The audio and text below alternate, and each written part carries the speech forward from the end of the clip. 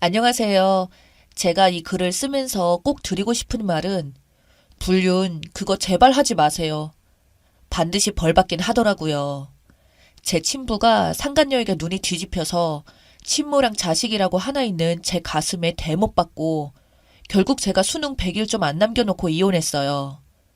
그리고 제 기억은 초등학교 3학년쯤에 부모님이 제 앞에서 크게 싸운 적이 있었는데 여자 문제더라고요. 그때부터 밤마다 부모님이 이혼하게 해달라고 빌었던 터라 부모님의 이혼이 그렇게 좋을 수가 없었어요. 제가 철이 없었던 이유도 있지만 친모가 이혼 안 해주고 버티니까 친부가 술 먹고 때리면서 스트레스를 풀었거든요. 친모도 친부한테 맞은 스트레스를 똑같은 방법으로 나한테 풀고 정말 고래 싸움에 새우등 터진 거죠. 그렇게 버티다 드디어 해방을 맞이했으니 솔직히 부모님의 이혼이 좋을 수밖에요. 저는 아직도 내가 그 가정 환경에서 가출 안 하고 고등학교까지 잘 마친 게 그렇게 자랑스러울 수가 없습니다. 심지어 11년 개근이었습니다. 성적도 반에서 5등 안에 들었습니다. 가정이 이 지경인데 친모와 제가 돈이 있었겠어요? 수능만 보고 저는 백화점으로 바로 취업했죠. 대학교는 제게 사치였어요. 그래도 인서울 성적이었는데 지금 생각해보면 학자금 대출이라도 받아서 갈 걸 그랬습니다. 그리고 돈만 열심히 벌면 친모와 행복하게 살 줄 알았는데 아니었어요. 20년 동안 받은 친모의 상처가 정말 너무 깊었는지 이혼 후 친모는 매일 술로 살았고 20년 동안 습관이 되었는지 나를 그렇게 때리더라고요. 1년 만에 결국 친모와 연 끊고 나왔습니다. 더는 못 맞겠더라고요. 이건 지금도 후회 안 해요. 친모를 시간이 지날수록 조금씩 이해하지만 용서하지 못한 것도 사실입니다. 아무튼 옥탑방을 벗어나기 위해서 한 달에 이틀을 쉬면서 하루에 14시간씩 일했습니다. 그 옥탑방에서 이사가는 날 주인 아주머니께서 아가씨는 꼭 잘 살아야 한다고 말씀해 주셨는데 정말 눈물이, 지금도 눈물이 나네요. 이 지구상의 모든 상간녀들아, 너희들이 파투낸 가정의 자녀들은 대부분 이 정도의 고통을 겪는다. 이 글을 보고 이 정도쯤이야 하는 것들은 진짜 천벌받아요. 그리고 제가 쓴 것은 빙산의 일각입니다. 글이 길어질까봐 일부만 적는 겁니다. 상간녀 너희들이 무슨 짓 하는지 똑똑히 알아둬라. 그리고 이 글 끝까지 읽어. 너희들의 최후를 알려줄 테니까. 그러다 지금 남편을 만나서 집도 사고 차도 사고 토끼 같은 자식들도 낳고 잘 살고 있는데 정말 갑자기 친부가 저를 찾아왔네요. 첫애 낳고 얼마 안 있다가 당당하게 초인종을 누르고 아버지라고 하더라고요. 저 인간 같지도 않은 쓰레기를 어떻게 해줄까 하고 별별 생각을 다 했는데 여기 언니들 많이 공감하시겠지만 부모가 되니까 참 내 마음대로 할 수 없는 게 많아요. 혹시나 친부가 나중에 아이한테 해코지 할까봐 뭘 어떻게 못하겠더라고요. 그래서 그냥 문 안 열어주고 가만히 있었고 이웃 주민들에게 피해가 갈 정도로 시끄럽게 배를 누르기를 반복을 했어요. 그렇게 며칠을 하더니 장문의 편지를 써서 넣어놓고 가더라고요. 내용인 즉슨 지방에 건물 하나를 가지고 있는데 그리고 임대업을 하고 있는데 시간이 갈수록 내 생각이 나서 미치겠다는 겁니다. 저한테 그거라도 물려주고 싶었다면서요. 마지막에 핸드폰 번호가 적혀 있었는데 저는 보자마자 바로 찢어버렸어요. 그 와중에 남편은 건물이라니까 이야기라도 들어보라고. 그래서 제가 그랬죠. 돈복이라고는 찾아볼 수 없는 인간이었는데 건물은 무슨 건물 상속이면 인감증명서가 왔다 갔다 해야 하는데 그래도 사기치는 거면 어떡할 거냐고요. 그 다음부터는 남편은 건물의 기억자도 입 밖으로 못 꺼내더라고요. 솔직히 건물 가지고 있다는 친부 말이 진짜인지 거짓말인지 모르잖아요. 믿을 수가 없으니까 조심해야죠. 아등바등 모아서 겨우겨우 집 한 채 사고 자식 낳아서 키우고 있는데 이것도 날리면 어쩌나 싶어서 그래요. 그렇게 제가 연락 안 하는 걸로 마무리 지을 것처럼 한참을 아무 일 없었습니다. 그런데 어느 날 또 갑자기 어떤 삐쩍 마른 아주 못생긴 아줌마 한 명이 저를 찾아왔어요. 얼굴이 조금 일그러졌더라고요. 제 이름을 물으면서 친부 이름을 말하더니 친부랑 지금 같이 사는 아줌마인데 잠깐 이야기 좀 하자고 하더군요. 바로 친모랑 나를 20년 동안 괴롭혔던 그 상간녀였습니다. 그냥 무시하려고 했는데 아기띠로 아기를 안고 있는데 하도 아줌마가 저를 끌고 가려고 하니까 바로 경찰 불러서 같이 파출소로 갔어요. 집에서 파출소가 정말 가까웠는데 그 파출소에 근무하시는 경찰분들도 이제 우리 속사정 다 알고 계셨습니다. 그 상간녀 아줌마 면상 보려고 숙면실에서 숙면하시던 분까지 나오셔서 빙 둘러 앉아서 지켜보셨어요. 제가 백화점에서 일했다고 했죠. 거기서 일하면서 늘어난 건 제 통장의 잔고가 아니라 말빨과 능청 이런 것들이었고 저는 순한 눈매를 장착했죠. 상간녀 아줌마는 이게 무슨 상황인지 처음에는 어리둥절해 하다가 경찰 아저씨들이 자꾸 아기 엄마 괴롭히면 우리도 어쩔 수 없다고 철창 들어가서야 된다고 하니까 상황 파악이 된 건지 단축구멍 같은 눈에서 눈물 뚝뚝 흘리면서 하소연을 시작하더라고요. 친부와 그 상간녀 아줌마 사이에서는 자식이 없었습니다. 이 아줌마 자식들은 이혼한 다른 남편들 사이에서 낳은 자식들인데 자식이 4명인가 3명인가 아빠가 다 다른가 봐요. 100년 묵은 구렁이 같은 친부가 이 여자 몰래 재산을 남 같은 자식인 저한테 주려고 했던 거예요. 나이 들수록 정이 떨어진다고 하면서 뭐라고 친부가 2번 정도 보낸 편지에 적혀 있던데요. 혼인신고하고 살다가 또 이혼을 했대요.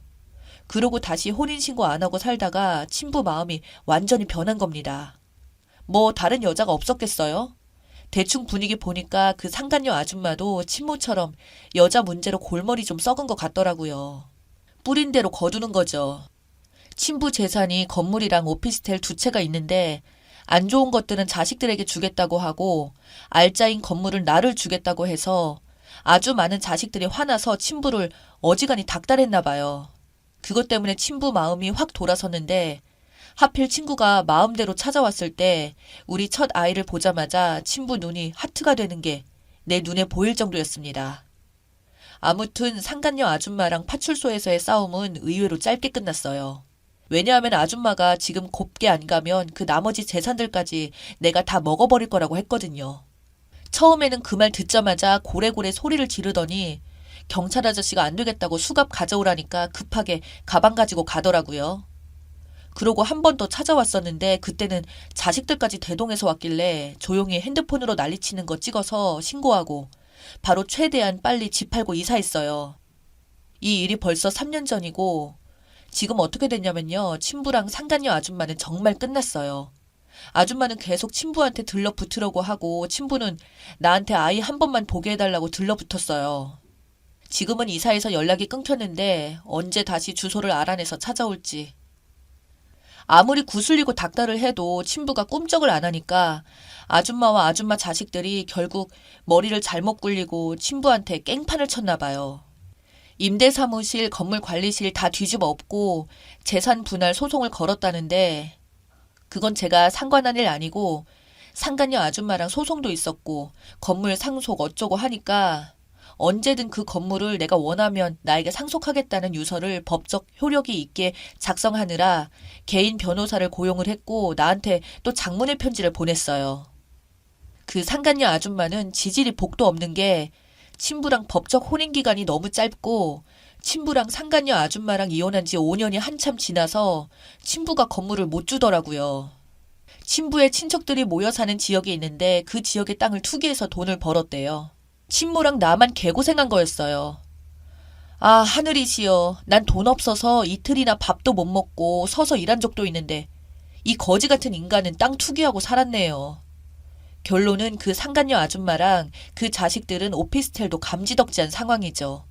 그 상간녀 아줌마도 막장인 게 친부랑 이혼하고 전 남편이랑 다시 재혼을 했는데 안 써도 알겠죠.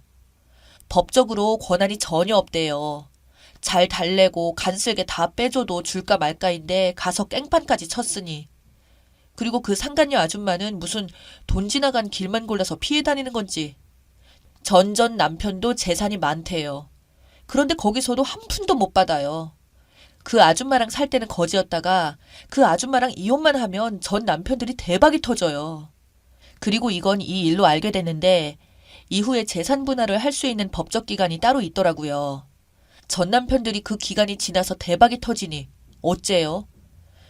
그래서 친부한테 거머리처럼 들러붙어서 발악을 하는 거라는 게 그 편지의 내용이고 이것도 읽고 바로 쓰레기통으로 직행시켰습니다. 친부는 처음 우리 집에 왔을 때 인터폰으로 내가 우리 아버지는 10년 전에 돌아가셨다고 말했던 게 충격이었나 봐요. 그 이후로는 벨도 못 누르고 편지만 2번 놓고 갔는데요. 이것도 상간녀 아줌마랑 그 자식들이 찾아와서 집 팔고 이사 왔으니 그 이유는 모르겠네요. 그리고 건물에는 미련 없는 게 신랑 좋은 사람 만나서 돈 잘 벌어요. 잠깐 신랑 썰 좀 풀자면요. 저 만날 때 백수에 군대도 미필이었고 대학도 4년제 중 2년이나 남았었고 저처럼 외로운 사람이라 비빌 언덕이 전혀 없었고 학자금 대출도 있었어요. 20대에 만나서 백화점 다니면서 대학 졸업시켜 대출금도 같이 갚았고 군대도 기다려줬어요. 그리고 가슴 아픈 이야기인데 남편이 형이 한 명이 있었는데 자기 밥그릇 못 챙기는 스타일이라서 몇 번 경제적으로 도와줬고 지금은 연 끊었어요. 밑빠진 독에 물 붓기라 시아버님도 힘드셔서 용돈 드리다가 돌아가실 때 옆에서 함께 마음 아파했었죠.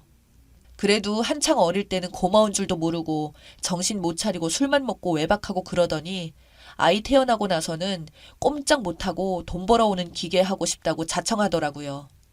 지금은 아이한테도 잘하고 저한테도 잘하고 벌써 같이 산 지 10년이 다 되어 가는데 나름 내 주제에 좋은 사람 잘 만났다 싶어요. 남편이 한창 속썩여서 첫 아이 낳고 안 되겠다 싶어서 아이만 내가 키우게 해주고 남편은 아예 안 보는 조건으로 양육비, 위자료, 재산 분할 다 포기할 테니까 이혼만 해달라고 제가 무릎 꿇었었거든요. 그때 충격을 먹었는지 그 다음부터는 울면서 설거지해요. 절대로 억지로 안 시켰어요. 본인이 스스로 해요. 내가 그토록 좋아하던 시아버님 제사상 신랑이랑 단둘이 차리는 게 체력적으로 조금 힘들긴 하지만 그것 빼고는 잔소리하는 시어머니도 없고 아이들만 잘 키우면 되니까 이만하면 거지 같은 부모님 밑에서 태어난 것 치고는 성공했다고 생각해요. 글이 길었네요. 어떻게 끝내야 할지 그 상간녀 아줌마 자식도 딸도 있는데 글이 길어지니까 줄이자면 하나는 꽃뱀만 나서 전 재산 다 잃었어요. 상간녀들아, 아직도 별거 아닌 것 같지. 그래서 너희들이 안 되는 거야. 너희들은 구제받을 길도 달라질 기회도 없어. 그저 언젠가 망가진 인생 붙잡고 끙끙거릴 뿐이지. 본인도 모르게 막장으로 가는 거, 그게 제일 큰 벌이야. 그리고 긴 제 인생 걸어온 길을 읽어주신 여기 계신 분들께 감사드립니다.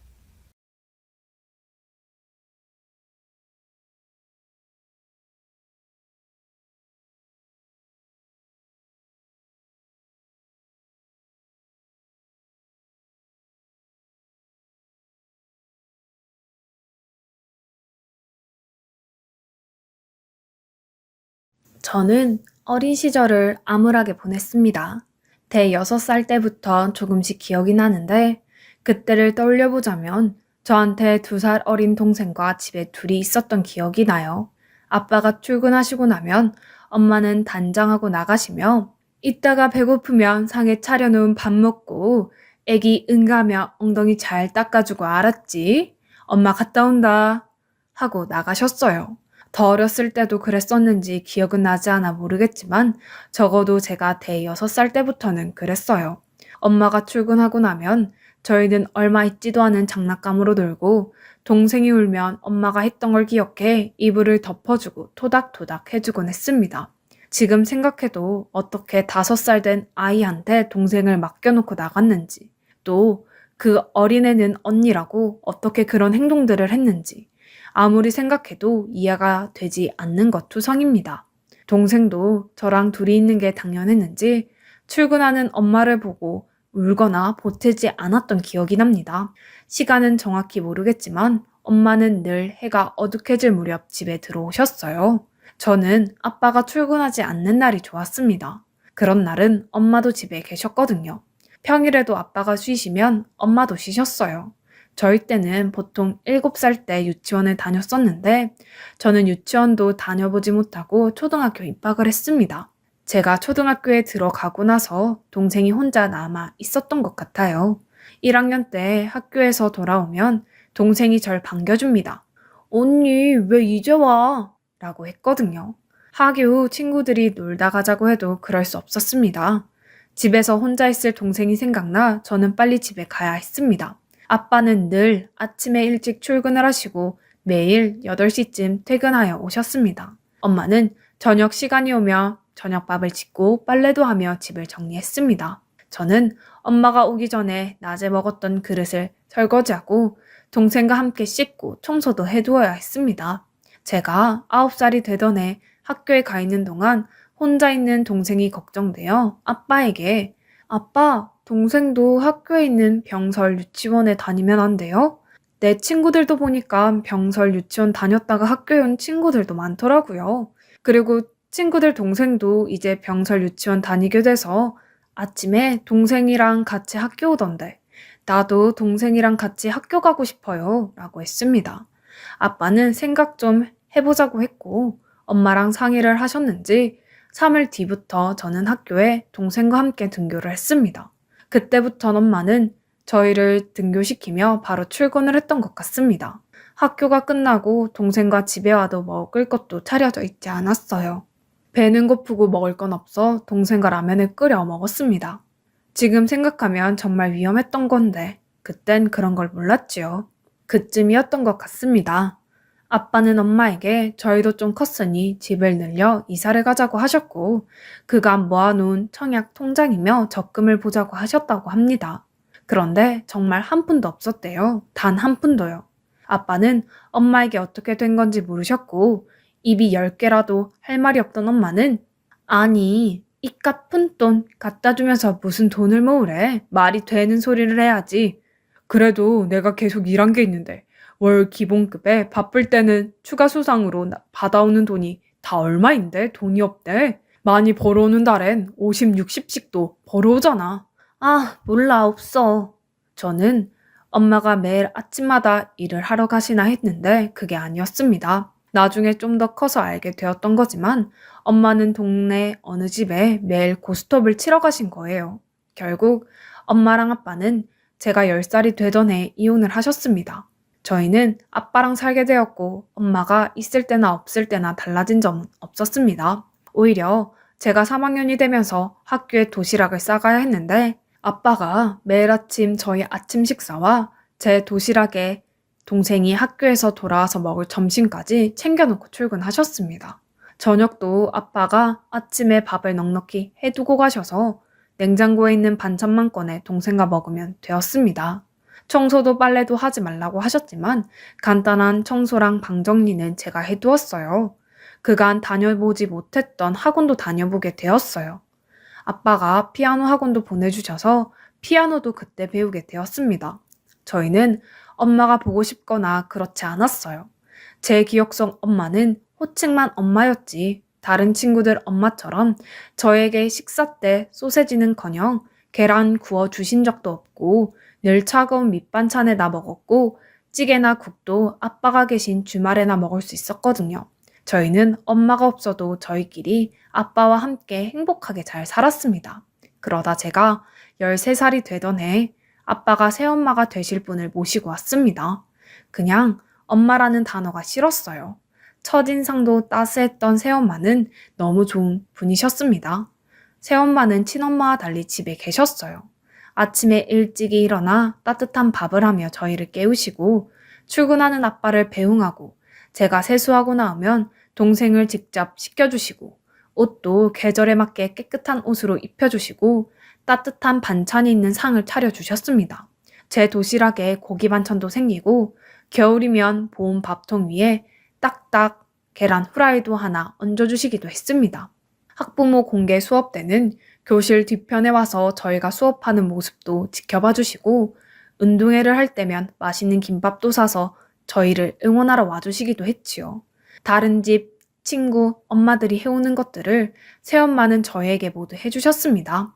아빠도 새엄마도 저희 자매에게 엄마라 부르라고 이야기한 적 없으셨습니다. 그냥 버릇없지 않은 선에서 저희가 부르고 싶은 대로 편하게 부르라고 하셨어요.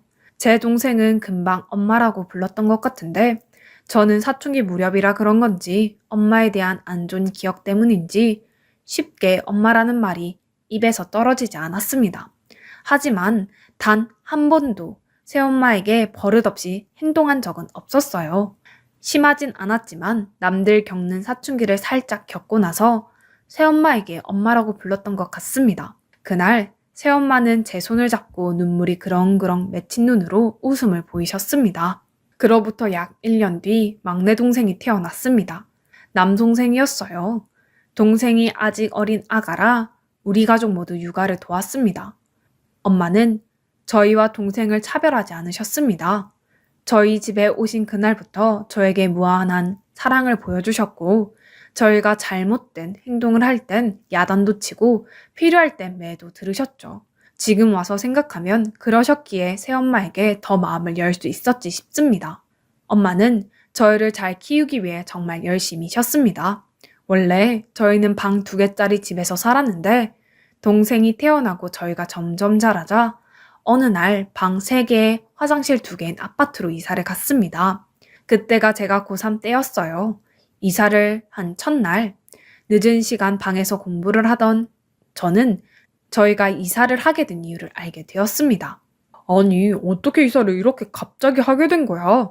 당신이 이사 가자고 해서 오긴 했지만 돈도 부족할 것 같고 해서 못 올 줄 알았는데. 아니, 큰애가 고3인데 아무래도 집이 좁아서 공부할 분위기가 아니다 보니 맨날 친구네 집에 가서 공부하고 오더라고요. 집에 애들 공부방도 만들어주고 싶어서 원래는 큰애 고3 되기 전에 이사해보려고 이리저리 알아봤는데 여의치 않아서 이사 못하고 있다가 얼마 전에 적금 탔는데 마침 이 아파트가 미분양이 남아있다길래 시세보다 조금 저렴하게 마련한 거예요. 그래도 이사한다고 하니 당신이 믿고 알아서 하라고 해주셔서 고민 많이 안 하고 이사할 수 있었어요. 그 말을 듣는데 너무 감사했습니다. 새엄마의 그 마음에 보답해야겠다는 생각이 들었어요. 그때 성적이 중간 정도 되었는데 그간 해왔던 것보다 더 열심히 공부를 해서 정시로 인서울대학에 들어갔습니다. 저는 대학을 졸업하고 작은 회사를 다녔고 소개팅으로 5살 연상 남편을 만나 3년 연애하고 결혼을 하였습니다. 그 세월이 흐르는 동안 저희는 진정한 가족이 되어 있었습니다. 새엄마가 새엄마였던 것을 잊고 마치 절 낳아준 엄마였던 것으로 생각하며 지내왔어요. 제가 결혼하고 3년 뒤 제 동생도 결혼을 하였어요. 저희 남편도 괜찮은 회사에 다니고 있었습니다. 회사도 탄탄한 편이었고 월급도 괜찮게 받는 편이었어요. 저는 제가 어렸을 적 엄마의 부재를 느꼈던지라 남편에게 이야기해 집에서 살림만 하며 아이들을 케어했습니다. 그렇게 평화로운 나날이 계속되던 어느 날 남편이 회사에서 명예퇴직을 권고받았습니다. 회사가 급격히 어려워지며 정리해고 당하는 거였죠. 하루아침에 저희는 수입이 없어졌습니다. 남편과 고민 끝에 퇴직금의 대출을 땡겨 편의점을 해보기로 했습니다. 여러 편의점 회사를 알아보다 어느 한 편의점을 선택했고 부푼 마음으로 개업했습니다. 동네에 나름 좋은 위치에 자리해 있던 저희 편의점은 첫 달부터 수입이 괜찮은 편이었습니다. 저나 제 남편은 밤에 근무를 하며 편의점을 24시간으로 돌렸어요. 힘들었지만 그래도 내 사업을 한다는 마음이 재미도 있었습니다. 편의점을 운영하다 보니 별의별 사람들이 다 있더군요. 시장처럼 돈을 깎아달라는 사람, 1+1 제품이 아닌 물품을 가지고 와서 1+1 해달라는 사람. 그런데 밤에는 더 별별 사람들이 오는 것 같더군요. 술 취한 사람, 험악한 사람, 어딘가 이상해 보이는 사람들이요. 그러다 보니 남편은 너무 힘들어했고요. 한 번씩 시간대를 바꿔보자고 해도 한사코 남편이 밤 근무를 했습니다. 그러던 어느 날 편의점을 차가 돌진해 남편이 크게 다치는 일이 생겼습니다. 제가 출근하기 전 편의점에서 있던 남편은 그날 손님이 오기 전 새벽 5시 무렵 편의점 주변을 쓸고 있는데 많지 않은 운전자가 몰던 차가 정지 신호에 정지를 한다는 게 악셀을 밟아 저희 편의점으로 돌진한 거고 하필 편의점 앞에 서 있던 저희 남편을 친 거죠. 남편은 전치 16주를 받았습니다. 정말 눈앞이 깜깜하더라고요. 남편을 간병하며 편의점 보수공사도 하고 정신이 없었습니다. 남편이 치료를 잘 받게 하기 위해서는 편의점을 하루빨리 다시 운영해야 했어요. 그런데 정작 24시간 운영할 수 없다 보니 어쩔 수 없이 아르바이트를 뽑아야 했습니다. 그런데 야간 알바는 쉽게 채용하기 어렵더군요. 그래서 주간 알바를 채용하고 야간 간병인도 썼습니다. 남편이 회복하는 기간 동안 아이들은 엄마가 와 계시며 봐주셨습니다. 사고를 누구보다 마음 아파하는 사람이 엄마셨어요.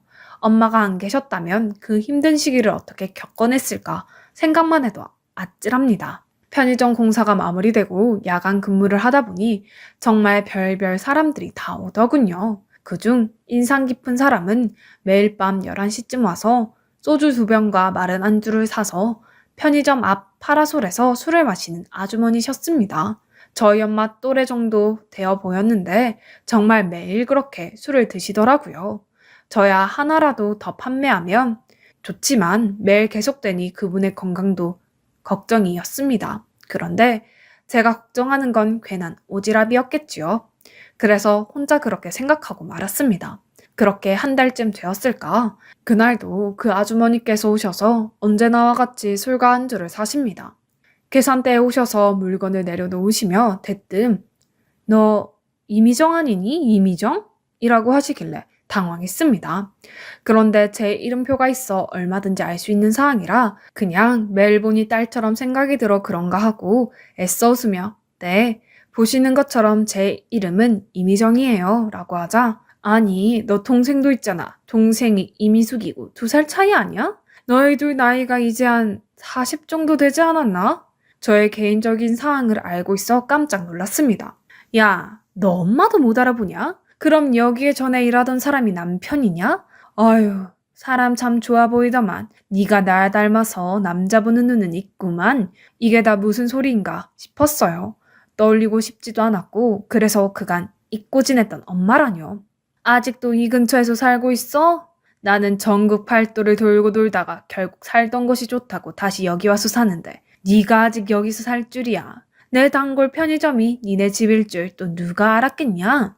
내가 이제 와서 같이 살자고 하거나 네 아빠한테 가거나 하지 않을 테니까 걱정 마라. 아휴, 나도 미련 없어. 아무튼 자주 보자. 난 간다. 그렇게 그날도 밖에서 술을 마시고 가셨습니다. 밖에서 술을 마시는데 신경이 엄청 쓰였어요. 하지만 언제나처럼 시크하게 술만 열심히 마시고 가십니다. 이걸 누구한테 말하기도 그래서 그냥 혼자만 알고 있었어요. 그런데 다음 날부터는 저희 친정 엄마라고 하면서 편의점에서 물건을 그냥 가져가시는 분이 계시다고 합니다. 저의 친엄마인 듯 했어요. 그래서 못 가져가게 하라고 했어요. 그러면 계속해서 물이나 음료수 등을 가져가신다고 하더군요. 그래서인지 밤에 나타나지 않으셨어요.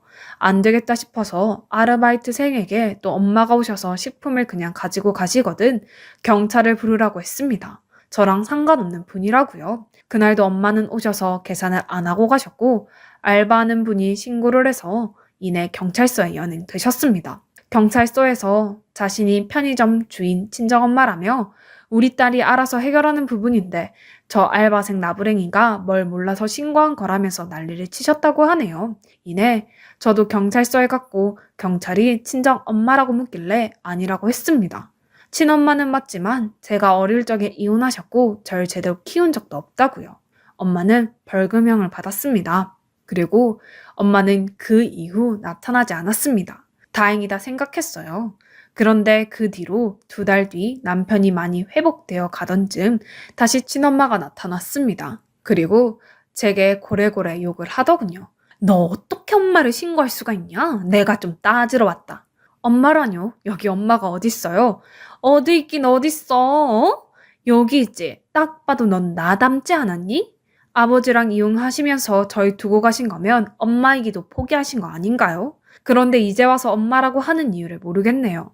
저희 어려서부터 저희는 키우지도 않고 엄마라뇨. 갑자기 나타난 이유도 모르겠고 이제라도 만났다고 엄마 노릇을 하는 게 아니라 엄마랍시고 딸 편의점 장사 물건 함부로 가지고 간다는 게 어이가 없고 제가 전생에 무슨 죄를 지었나 싶네요. 이년아, 네가 신고한 바람에 노역하고 왔잖아. 엄마한테 무슨 말을 그렇게 매정하게 하냐? 노역을 하던 진역을 살던 그게 제가 알 바인가요? 벌금 낼 돈이 없어서 노역을 했다고. 내가 먹고 죽을 돈도 없어. 그러니까 니네 편의점에서 먹을 것 좀 가지고 가는 건데. 아, 그게 그렇게 아깝냐? 엄마 아니라고요. 내 엄마 아니라고요. 남이잖아요. 왜 자꾸 엄마라고 하세요? 그럼 진짜 우리가 남이냐? 네, 남이에요. 그러니까 가세요. 그렇게 친엄마는 돌아가셨습니다. 그날 남편에게 가보기 전 집에 들러 아이들과 엄마를 살폈습니다. 엄마는 제게 낮에 간호하고 밤이면 일을 하려니 너무 힘들지? 라고 물으셨고, 괜찮아요. 낮에 그 사람 잘 때 저도 침대에서 눈 붙이거든요. 그래도 이게 아니지. 얼굴이 너무 까칠하다. 오늘 닌 거라도 한 대 맞아. 정말 괜찮아요. 혹시 뭐 다른 고민 있니? 아니요, 그런 거 아니에요. 그냥 이 생활이 길어지니 그런 것 같아요. 이제 곧 그이도 퇴근하니 괜찮아지겠죠. 솔직히 말해, 넌 늘 고민이나 걱정이 있어도 얘기 안 하잖아. 대신 그럴 땐 너한테 그런 표정이 있어. 엄마 속일 생각하지 말고 이야기해봐. 그간 있었던 일을 다 이야기했습니다. 친엄마가 나타난 일과 나타나서 한 행동에 대해서요. 그러자 그 온화한 엄마의 표정이 무섭게 변하더군요. 오늘부터 내가 밤에 가서 일할게. 나야말로 낮에 애들 학교 보내놓고 낮잠 자면 돼. 아니에요. 엄마 힘들어서 못하세요. 괜찮아. 넌 몰라. 엄만 할 수 없는 건 이야기도 안 꺼내. 내가 너희도 내 자식처럼 잘 키울 자신이 있었으니 너희 아빠랑 결혼한 거야. 그렇지 않았다면 너희 아빠랑 지금까지 계속 만나왔을지언정 결혼은 안 했을 거야. 그러니 내가 나갈 테니 넌 오늘 병원 갔다가 집에 와서 애들 챙겨. 안 그러면 집에 애들만 둘 거야. 내 말 명심해. 엄마, 생각보다 친어머니 성격이 세셔서 상처 받으실까 걱정이 되어서요. 나도 한 성격 하니깐 걱정 마. 그날 그렇게 엄마는 편의점으로 저녁에 출근을 하셨습니다. 그런데 마음이 너무나 불안했고 아이들은 언제나처럼 한 9시쯤 잠에 들었고 친엄마는 매일 밤 11시에 편의점에 오셨기에 그쯤 편의점에 가봤습니다. 이미 친엄마는 편의점에 오셨고 저희 엄마랑 뭔가 언성을 높이며 이야기를 하고 계시더군요. 아니, 내가 여기 사장 엄마라고요. 그래서 이것저것 가져간다는 건데 그쪽이 왜 그래요? 이 여자가 진짜 왜 이래? 알바면 눈치 좀 챙겨. 네가 여기서 잘리고 싶지 않으면 나한테 잘 보여야 한다. 나 잊지 마. 여기 사장님이 엄마시라고요? 그래, 내가 엄마라고. 이제 정신이 좀 들어? 아무래도 매일 밤 만나게 될 것 같은데 오늘 실수는 내가 넘어가 줄게. 진짜 염치라고 모르는 여자네. 엄마는 누가 엄마야? 내가 진짜 엄마인데. 아니, 이 여자가 약을 먹었나? 내 배 아파서 나왔다고. 내가 엄마라고. 잠깐만. 어허? 혹시 당신이 우리 딸 계모야? 아, 계모구나. 친엄마 나타났다고 하니 자리 빼앗길까봐 겁났었나 보네. 나 그 남자한테 미련도 없고 이제 애들 다 컸는데 내가 키울 일도 없으니까 웃기시네. 누가 겁을 낸다는 거야? 배 아파 나으면 다 엄마예요? 애들을 사랑으로 키우고 보살피는 것도 엄마가 해야 할 일들인데 애들한테 해준 게 뭐가 있어요? 인간 같지도 않은데 인간 대접 해주는 걸로도 고마운 줄 알아. 이게 말이면 다인 줄 아나. 왜? 치려고? 쳐봐. 난 내 자식들 일이라면 무서울 게 없어. 네가 치는 거 그거 맞으면 되지. 네가 나 쳐서 다시는 편의점에 발 안 들인다고 하면 내가 기꺼이 맞아주지. 너 그럴 수 있어? 야, 너 미쳤냐? 네가 뭘 안다고 떠들어? 너 돈 다 해먹고 애들이랑 남편 두고 도망간 거잖아. 그래서 이혼 당한 거잖아. 내가 너였다면 성인 된 자식 알아봤어도 아는 척도 못했을 거야. 자식들한테 미안해서 그냥 잘 커준 것만으로도 마음으로 감사해하고 지켜봤을 것 같은데 어쩜 이렇게 철면피인지. 생물하고 떠들면서 물건을 함부로 가져가? 그게 도둑년이지 뭐야? 그래서 이혼까지 당했으면 진짜 창피해서 못 나타난다. 야, 네가 내 인생을 알아? 알고 싶지도 않으니까 굳이 이야기할 필요 없어. 다른 거 다 필요 없고 우리 딸 앞에 나타나지 마. 편의점이 여기밖에 없어. 다른 편의점 좀 가. 다른 편의점은 돈 내야 하잖아. 여긴 내 딸 편의점이니 내 거나 다름없다고. 당신이 그러고도 엄마니? 엄마라면 딸이 어떻게 하면 더 잘 살게 될까 생각하게 되는데 어쩜 딸 등골이나 빼먹을 생각만 하고 그래? 지금 사위도 사고 나서 누워있는 판에 애가 얼마나 힘들게 살고 있는 줄 알아? 남편은 병원에 누워있지 편의점도 운영해야지. 하루를 48시간까지 쪼개서 사는 애라고. 아유, 걔 부지런한 건 지 아빠 닮았나 보네. 그게 할 소리야? 아무튼 됐고 보니까 여기 영수증 다 당신이 돈 안 내고 간 내역이던데 이거 지금 다 내고 가. 안 그러면 또 신고할 줄 알아. 아이고, 뭐 그거 벌금 내거나 일 조금 하고 나면 풀려날 거야. 마음대로 하슈. 나는 돈 없어. 사랑하는 딸내미 친엄마를 그렇게 꼭 신고를 해야 속이 시원하시오? 제가 그때 편의점 밖에서 112에 신고했습니다. 엄마에게 톡을 보내 계속해서 붙잡고 있으라고 했습니다. 이내 경찰이 도착했고 깜짝 놀란 친엄마는 언제 신고를 했냐며 저희 엄마에게 고래고래 소리를 지르더군요. 그래서 제가 내가 신고했는데요. 왜 우리 엄마한테 소리 지르세요? 뭐? 네가? 네가 인연한테 홀려서 친엄마도 신고하고 봐요. 세상 말세다 말세. 인연아, 넌 천륜도 몰라?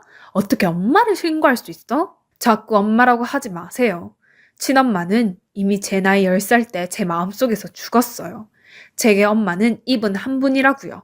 친엄마를 두 번째로 신고한 그날 엄마께서 내 말을 혹시라도 속상하게 듣지 말고 한번 생각해보면 좋을 것 같아.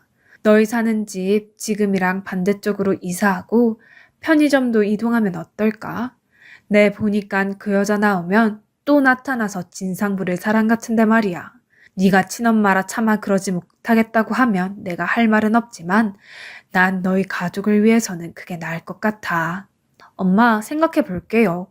저도 당장에 그러고 싶지만 엄마가 이야기하신 동네는 지금 저희가 사는 곳보다 집값도 높고 건물 임대료도 좀 높은 편이라 쉽게 바로 결정할 수 있는 건 아닌 것 같아요. 그래, 현실적인 부분도 생각해야 하는 거니 내가 강요는 못하겠구나. 그런데 한번 긍정적으로 생각해 보렴. 그 일이 있고 일주일 뒤 엄마는 제게 통장 하나를 보여주십니다. 엄마, 이게 뭐예요? 이거 내가 그간 꾸준히 적금 모아서 탄 거 모아둔 통장인데 난 나이도 들었고 지금 사는 집이 만족스러워서 이사 갈 생각도 없거든. 너 이사 가고 가게 새로웠는데 보탰어. 엄마, 괜찮아요. 지금까지 저희 자매 예쁘게 사랑 가득 주며 키워주신 것도 감사한데 이런 도움까지 받는 건 아닌 것 같아요.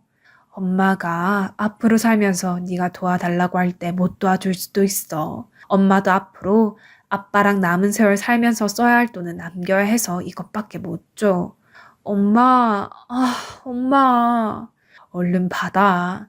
너 이거 안 받으면 네가 날 친엄마보다 못하게 생각해서라고 생각할 거야. 엄마, 그런 거 아닌데요? 엄마랑 아빠랑 평생 벌어오신 돈인데 제가 받아도 될까 싶어서 그래요. 내가 줄만 하니까 주는 거야. 그렇게 엄마는 제게 1억 5천만 원을 주셨습니다. 당연히 아빠하고 상의가 다 되신 거고요. 저희는 다음날 바로 집과 편의점을 내놓고 이사할 곳의 집과 편의점 자리를 알아보았습니다. 친엄마는 CCTV 분석 결과 상습 절도로 구형되어 실형을 받았습니다. 제가 그 어렵고 힘들었던 시절 천사처럼 나타난 엄마는 제게 악몽 같았던 엄마에 대한 기억을 모두 지우고 엄마란 한없이 따뜻한 존재라는 것을 알려주셨는데 다시 한번 엄마는 절벽 끝에 서 있는 절 향해 손 내밀어 주신 듯 했습니다. 모두에게 그렇겠지만 저는 엄마를 생각하면 정말 감사함밖에 떠오르지 않습니다. 지금 저희 이사도 잘했고 편의점도 유독 인구가 많은 곳에 문을 열게 되면서 돈도 제법 잘 벌고 있습니다. 요즘 저희는 매월 놓치지 않고 제법 큰 금액의 적금을 꼬박꼬박 들고 있는 중입니다. 엄마가 평생 벌어놓은 돈을 저희를 위해 선뜻 내어주셨으니 막내 동생 장가갈 때 저희가 자금 마련하라고 돈을 턱하니 내어주고 싶어서요.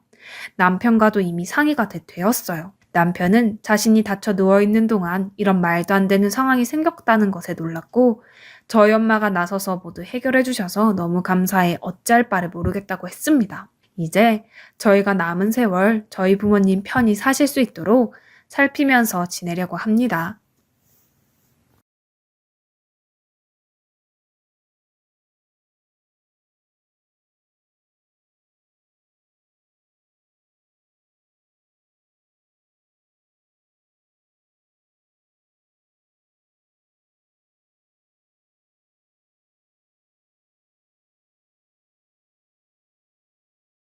안녕하세요. 정말 이제는 참을 수가 없습니다. 이제 정말 질릴 대로 질려버렸네요. 아무리 막말이 생활화되었다는 분이지만 그동안 12년을 참았습니다. 하지만 이제는 참을 수가 없네요. 저희 부모님이 몇 달 전에 돌아가셨습니다. 여름에 비 많이 올 때 산에 가셨다가 돌아가셨습니다.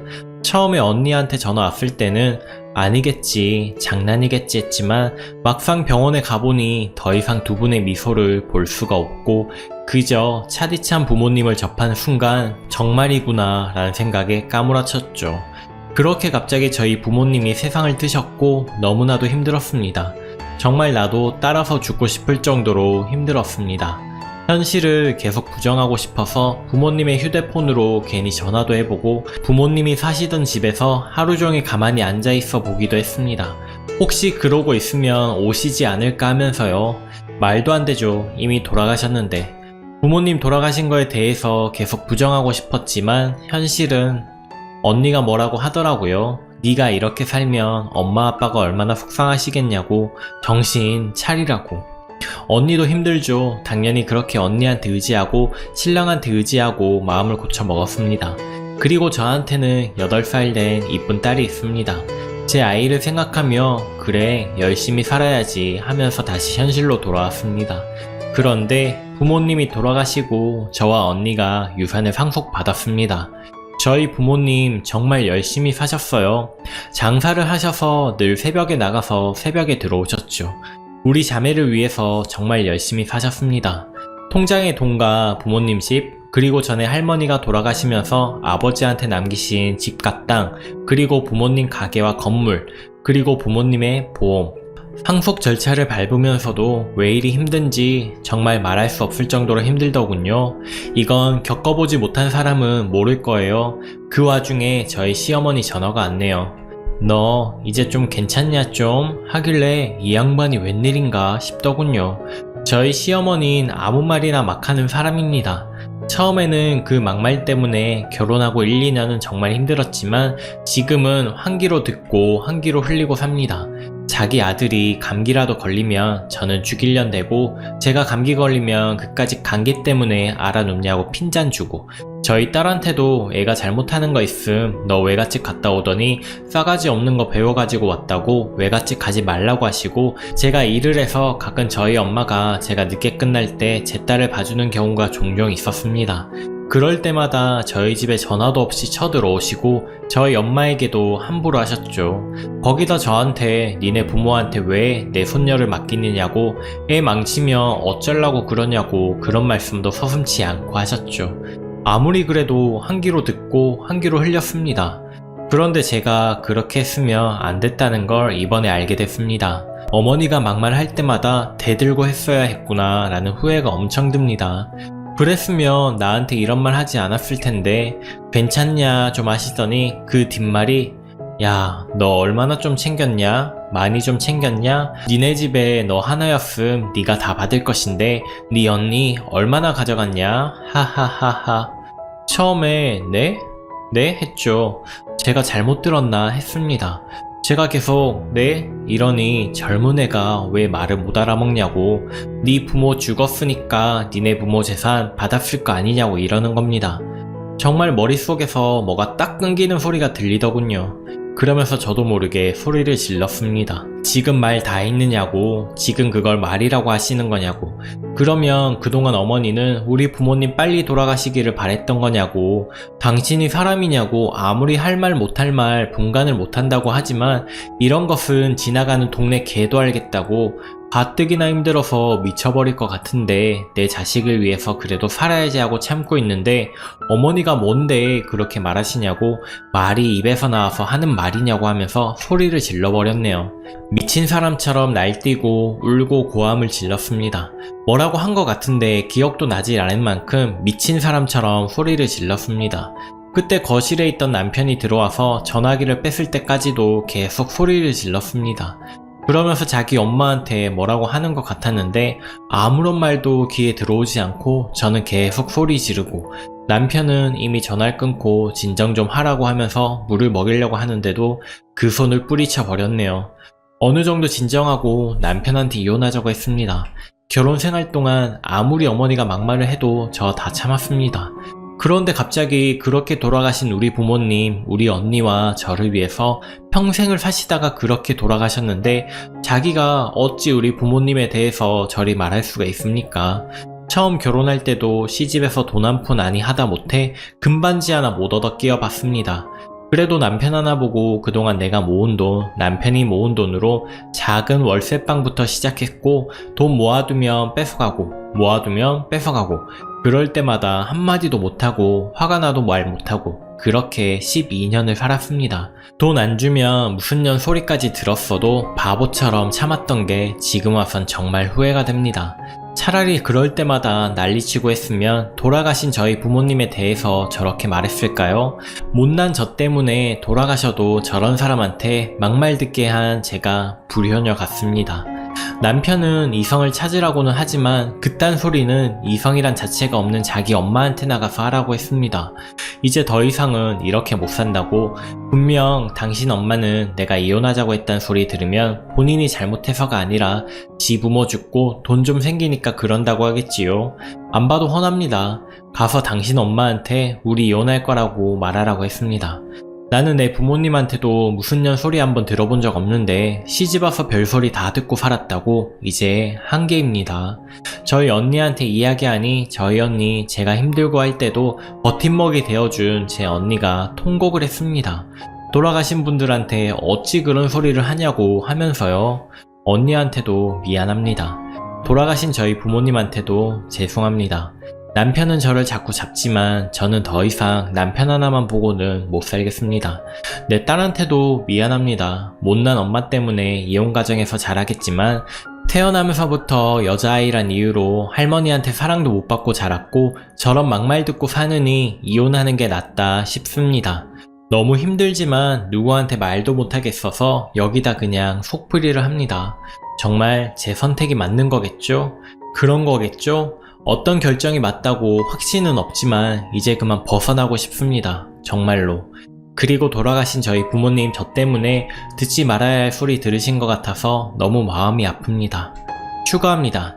그냥 너무 답답한 마음에 글 쓰게 된 건데 많은 분들의 위로 정말 고개 숙여 감사를 드립니다. 글 쓰고 나서 12년의 세월을 돌이켜봤습니다. 결혼하고 아이 낳고 3개월 빼고 죽어라 일하고 아끼고 해서 간신히 전세로 돌리고 집 좀 사볼까 하고 돈 모으면 돈 뺏어가는 시어머니 없다고 하면 무슨 년이라고 함부로 말을 했던 시어머니 옆에서 그저 아무 말 없이 방관했던 남편, 내가 울면 같이 울던 내 딸, 친정 엄마가 아이 봐주고 있으면 그냥 쳐들어와서 사돈한테 아무 말이나 막 하고 집에서 부리는 사람처럼 대했던 시어머니 집에 제사나 명절에 손 하나 까딱 안 하면서 이건 어쩌네 저쩌네 하면서 무식한 친정에서 보고 배운 게 없어서 저 모양이라고 했던 시어머니, 내가 돈 모아서 장만한 전셋집에 자기 집인 것 마냥 퇴근하면 와 있는 시어머니, 그러고선 집에 일찍 안 들어온다고 살림을 하는 거냐 마는 거냐 하는 시어머니, 좋았던 기억은 단 한 번도 없었던 우리 시어머니, 내가 어머니 때문에 힘들어하며 울 때도 참으라고만 했던 남편, 정말 이대로는 살고 싶지 않다고 언제까지 이렇게 살아야 하냐고 내 자식한테까지 저렇게 함부로 하는 시어머니와 안 보고 살고 싶었던 나에게 엄마가 본인 어릴 때 고생을 많이 해서 저러는 거라고, 엄마가 저렇게 하는 거 당신이 힘든 거는 아는데 나이 들으면 나아질 거라고 무조건 이해하라고만 했던 남편, 바보같이 그 남편 말을 믿었던 나. 말은 안 해도 내 딸이 저렇게 시집살이 하는 거 눈으로 보고 속으로 울었을 우리 부모님, 지금이라도 자식 노릇 하고 싶지만 너무 늦어버린 현실에 가슴이 무너지고 저런 시어머니 그래도 시어머니라고 12년을 모시고 살았고 무조건 참으라고만 했던 남편을 바보처럼 이해했던 나. 12년의 세월 남은 것이라고는 그저 내 후회와 초라해져 버린 나. 많은 분들 제 딸 걱정해 주셔서 감사합니다. 하지만 이게 최선의 선택이라고 생각합니다. 저한테 하는 것처럼 제 딸한테도 저렇게 하셨고 이런 가정에서 살게 하는 것 또한 부모로서 할 짓이 아니라고 생각을 합니다. 더 이상 제가 겪은 아픔을 제 딸한테 대물림하고 싶지도 않고요. 제가 나중에 저의 이런 모습 보고 엄마 왜 바보처럼 참고 살아? 이러면서 속상해하는 딸의 모습을 보고 싶지 않습니다. 제 딸한테 떳떳한 엄마가 되고 싶고 제 딸 더 이상 주눅들게 살게 하고 싶지도 않습니다. 저는 12년의 세월을 버렸지만 제 딸은 그리 살게 하고 싶지가 않고요. 아직 어릴 때 이혼하는 것이 현명하다고 생각합니다. 제 딸이 나중에 철이 들어서 자기 아빠를 미워하지 않았으면 좋겠고요. 그나마 아빠에 대한 좋은 기억이 있을 때 그 사람과 헤어지는 것이 낫다고 생각을 합니다. 딸은 엄마의 삶을 그대로 산다는 말이 있고요. 나중에 제가 이혼한 것이 딸에게 흠이 될 수도 있지만 그런 가정이 있다는 것 또한 큰 흠이 될 것만 같습니다. 그리고 딸이 저처럼 저런 남자를 만나고 시어머니를 만나게 하고 싶지도 않고요. 남편은 끝까지 저를 잡겠다고 합니다. 그동안 나와 딸을 방관한 채로 살았던 사람이 이제 와서 왜 저러는지 모르겠습니다. 저는 소송이라도 할 생각입니다. 변호사님은 아까 낮에 언니와 함께 만나봤고요. 여러가지 정황상 이혼을 할 수 있지만 증거 수집은 필수라고 하십니다. 언니 또한 제 결정이 맞다고 생각하고 있고요. 이런 마당에 또 시어머니는 저한테 전화해서 쌍욕을 해댔지만 저는 그저 아무 말도 안 하고 녹음을 했습니다. 더 이상 사람 같지 않은 사람한테 화내고 싶지도 않고 말 썩는 것도 싫습니다. 저한테 아까 쌍욕하면서 그럽니다.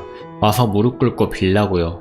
그저 웃기만 했습니다. 아직까지도 저렇게 당당한 시어머니 이젠 더 이상 용서하지도 않으려고 합니다.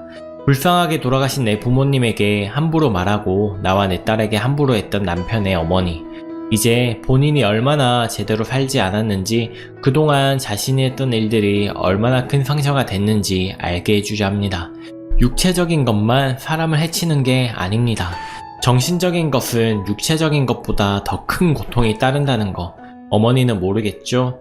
하지만 이제 알게 해주려고 합니다. 저는 12년 동안 바보의 모습에서 탈피하려고 합니다.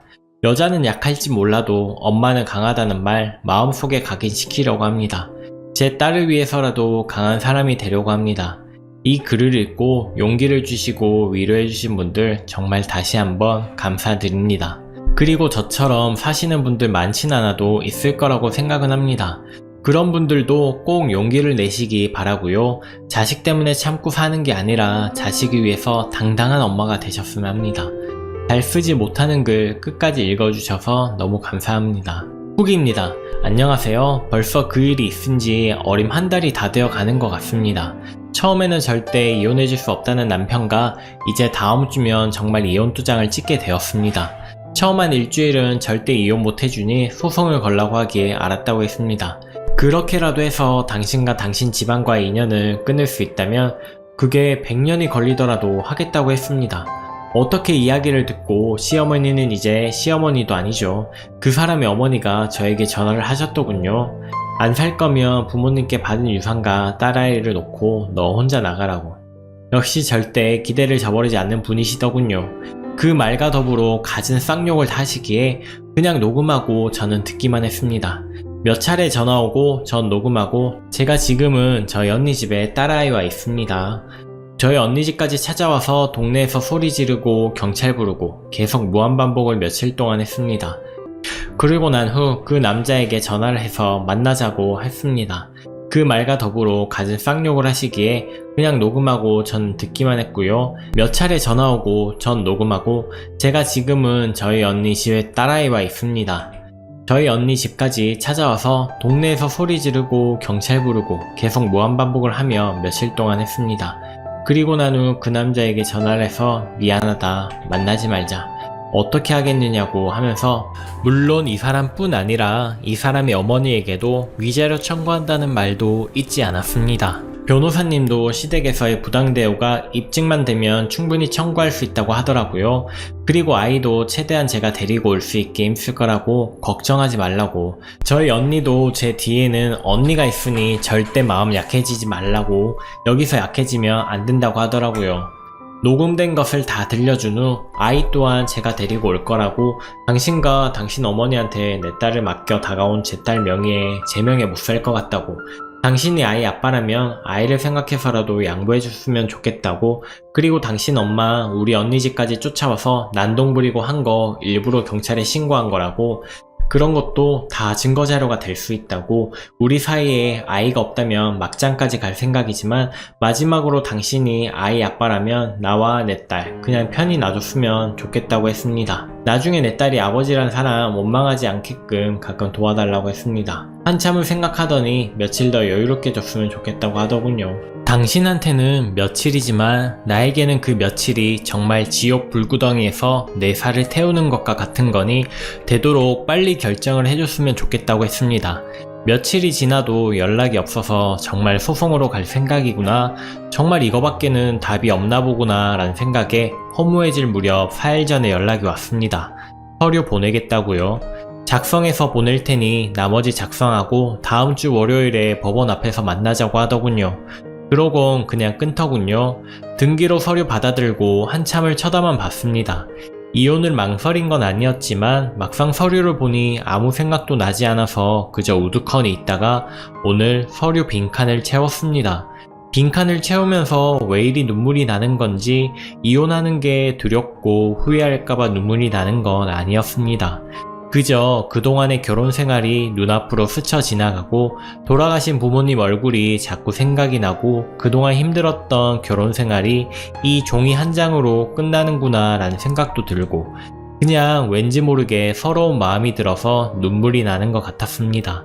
혹여나 딸아이가 듣진 않을까라는 생각에 조용히 소리 없이 한참을 운 것 같습니다.